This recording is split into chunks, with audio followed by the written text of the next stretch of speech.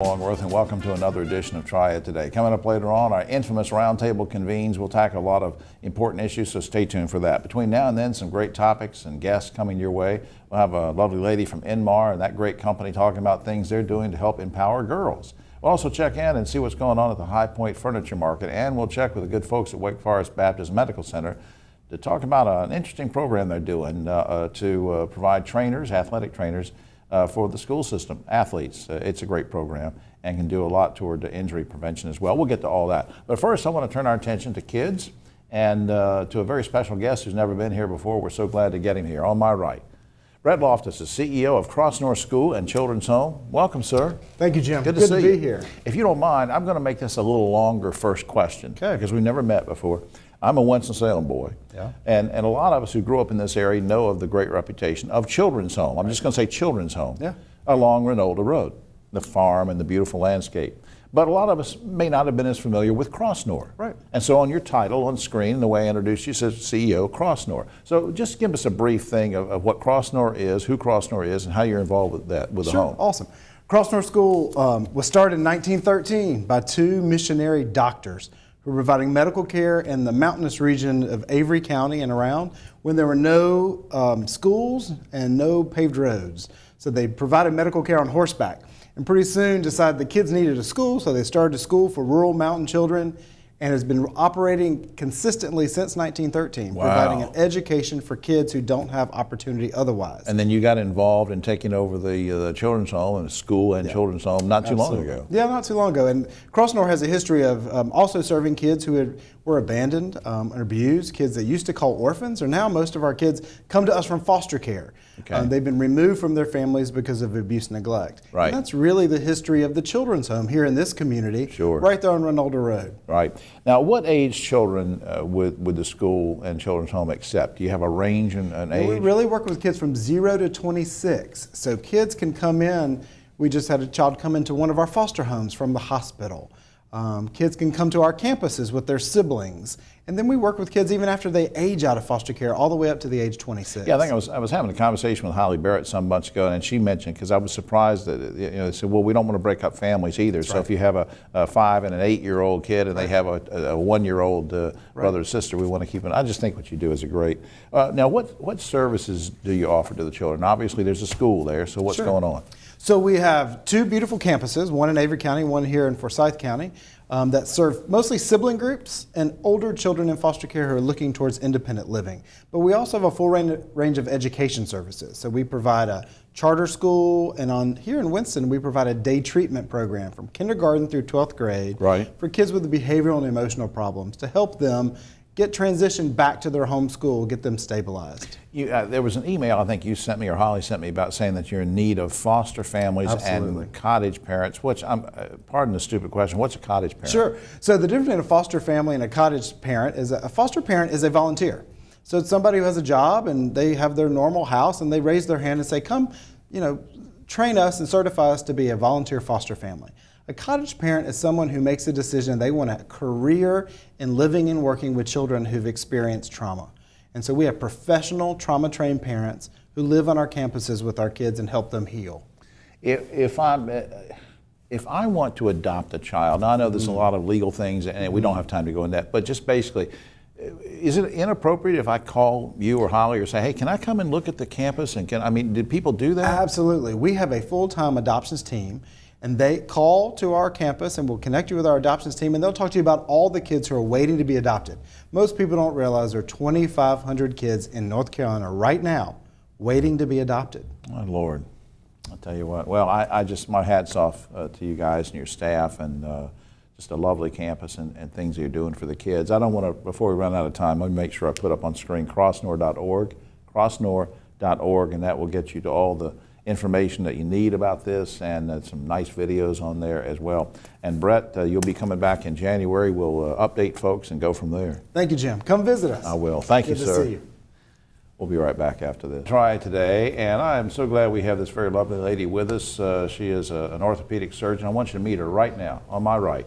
Dr. Kristen Ferguson, orthopedic surgeon with Wake Forest Baptist Medical Center, but that's only part of the story. Welcome to the show. Thank you very much.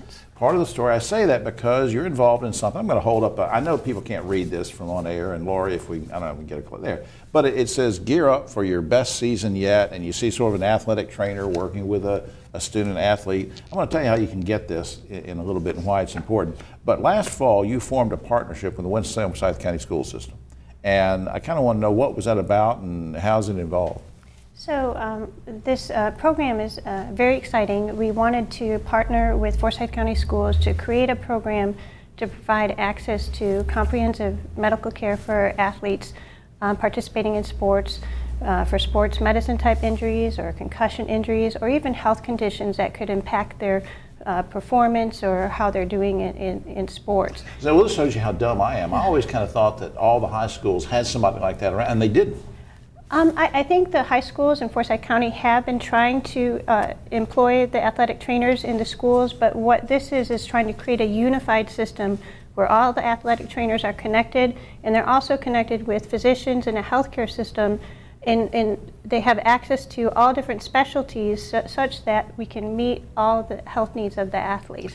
Would trainers, now I assume you're paying for these trainers to be placed in the, is this just for high schools or can it be junior high or elementary? I'm not sure about the age range on So this. right now the program is designed for the high schools and it's a joint venture with Forsyth County Schools, and so it's a partnership in that realm for having athletic trainers at the high schools.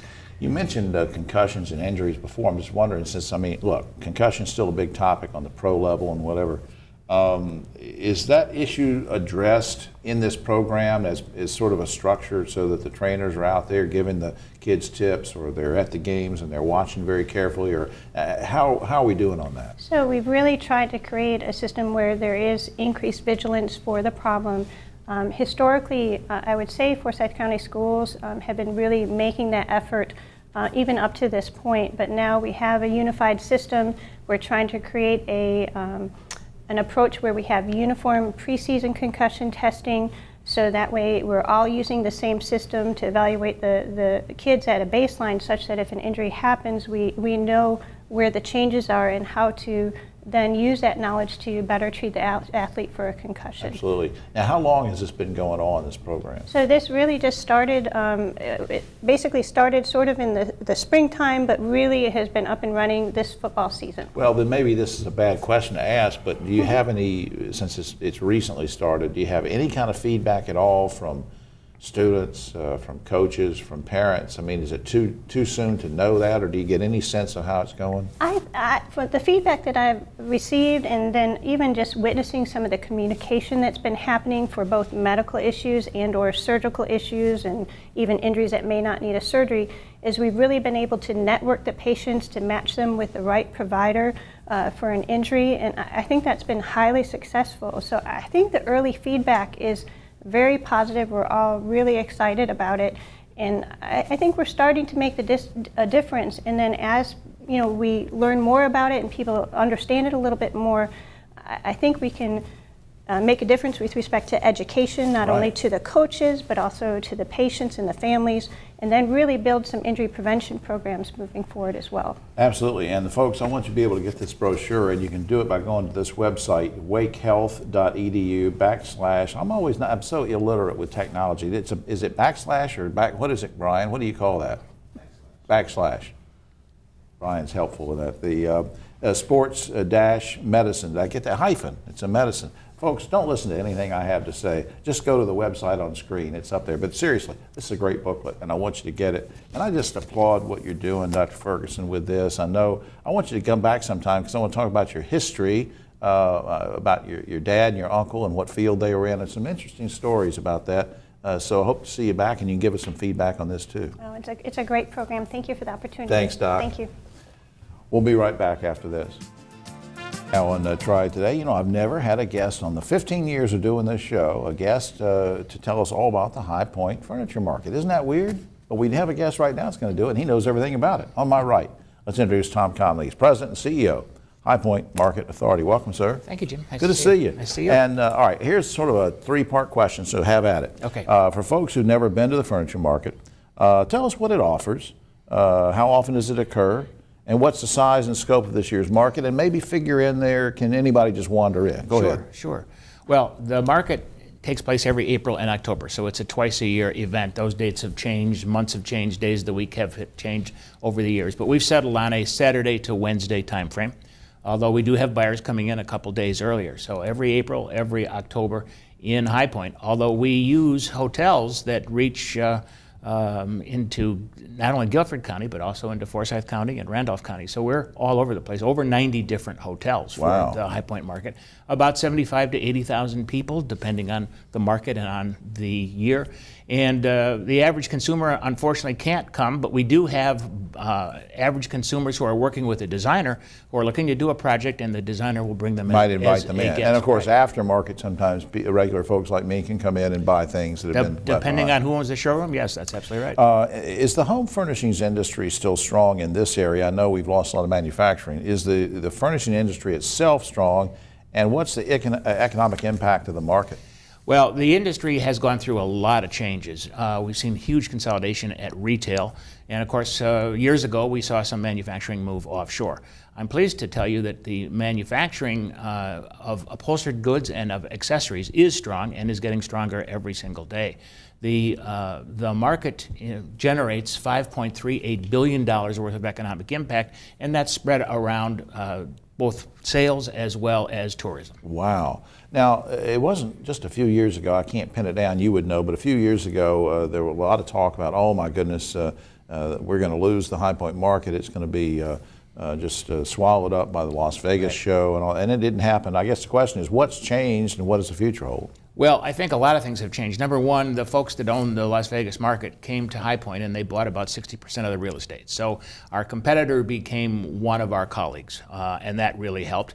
They've also positioned the Las Vegas market as a regional show, so that has helped considerably. The market itself is very strong. We always fight to bring buyers because it's a global marketplace in terms of bringing buyers to market. But if you walk around High Point today, there's a lot of construction. Showrooms are being built, so it's very, very strong. Has e-commerce helped or hurt the success of sales at recent market? You know, it's interesting. E-commerce, I think, for trade buyers will not impact the market dramatically. E-commerce for the consumer will impact the market dramatically. Estimates are that by 2020 we'll see over 23% of the sales of home furnishings being done via e-commerce. That's a huge number.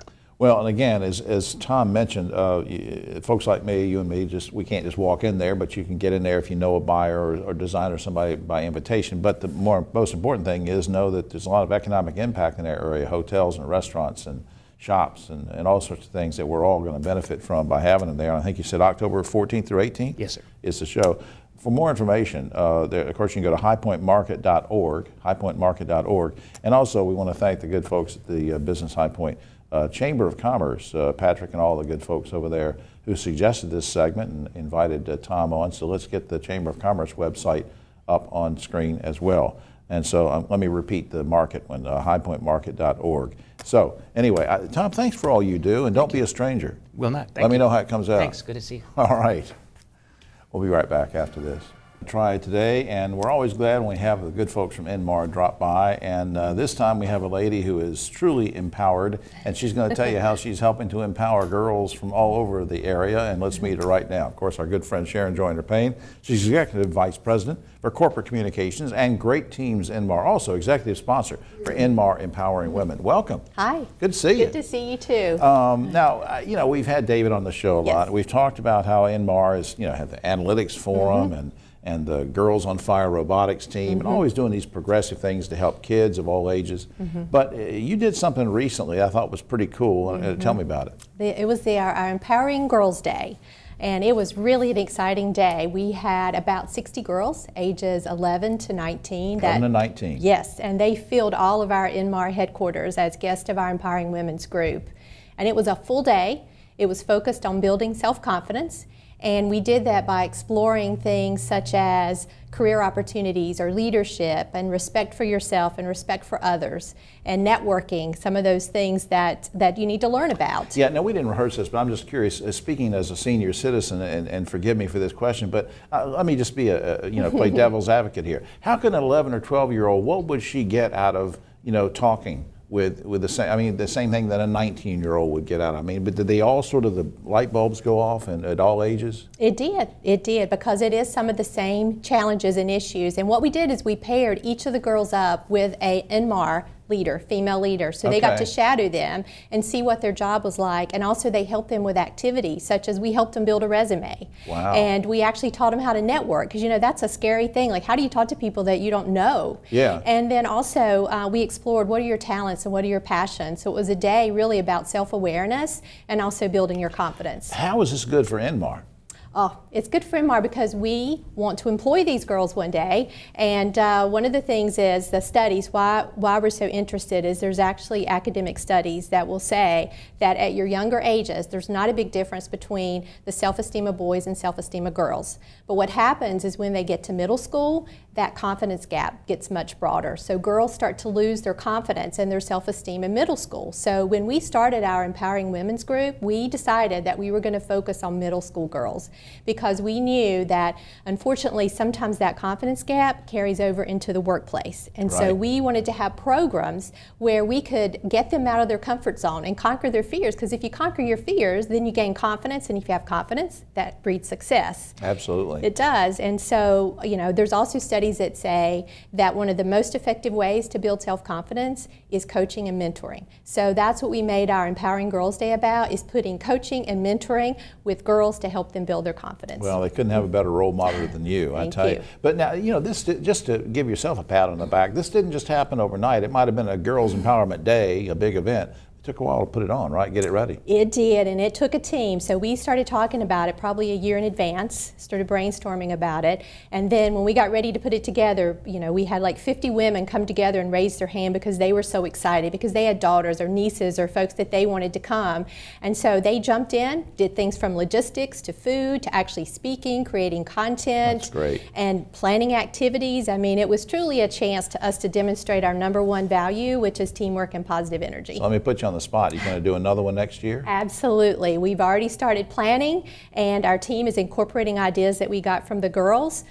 Because it's important for two reasons for us. One is it's an example of work-life integration, which is the new norm. Sure. So, your teenagers, daughters, nieces can come and see what their parents, their grandparents do at work and start a conversation. And the second thing is that when we read the results that we got and the responses, and you read something that says, it was fun and it made me confident, that's our inspiration. Oh, I think that's great. Now, you mentioned very quickly, we have a few seconds left. You mentioned what the students get out of it. You mentioned what NMAR can get out of it with potential employees later on. Quick response here.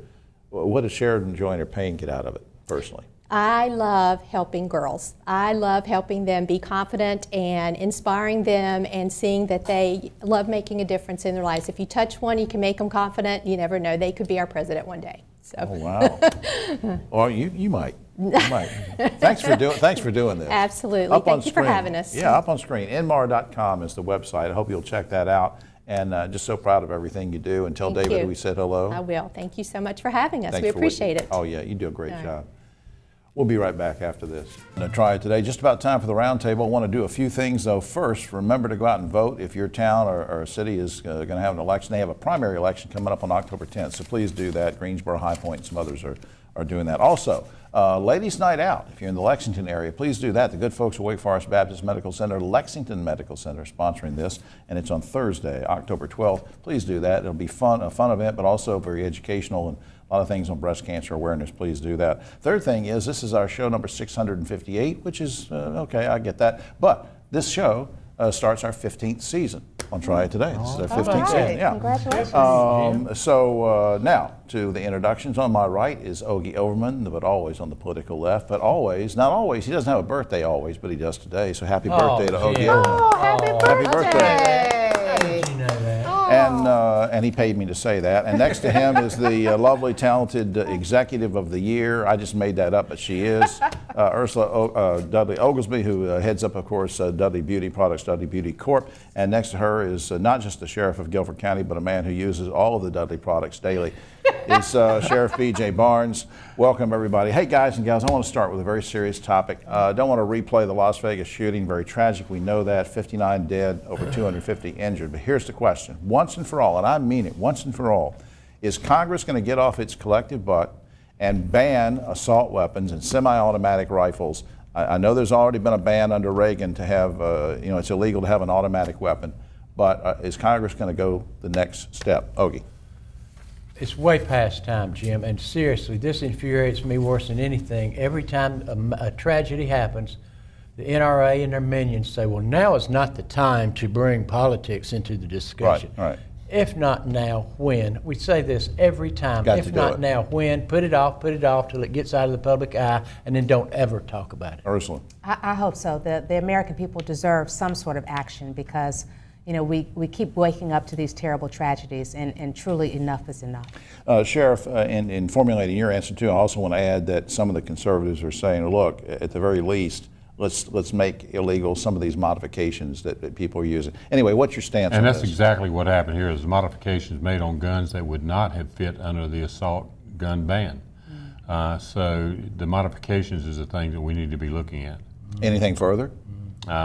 As far as the guns and stuff themselves, I mean, we need to do a better job on background checks. I've always said that, I always will say that. Of course, Nevada's bad on all that. Checks and that type of thing. Nevada is just, not like, Nevada needs to get in the 21st century.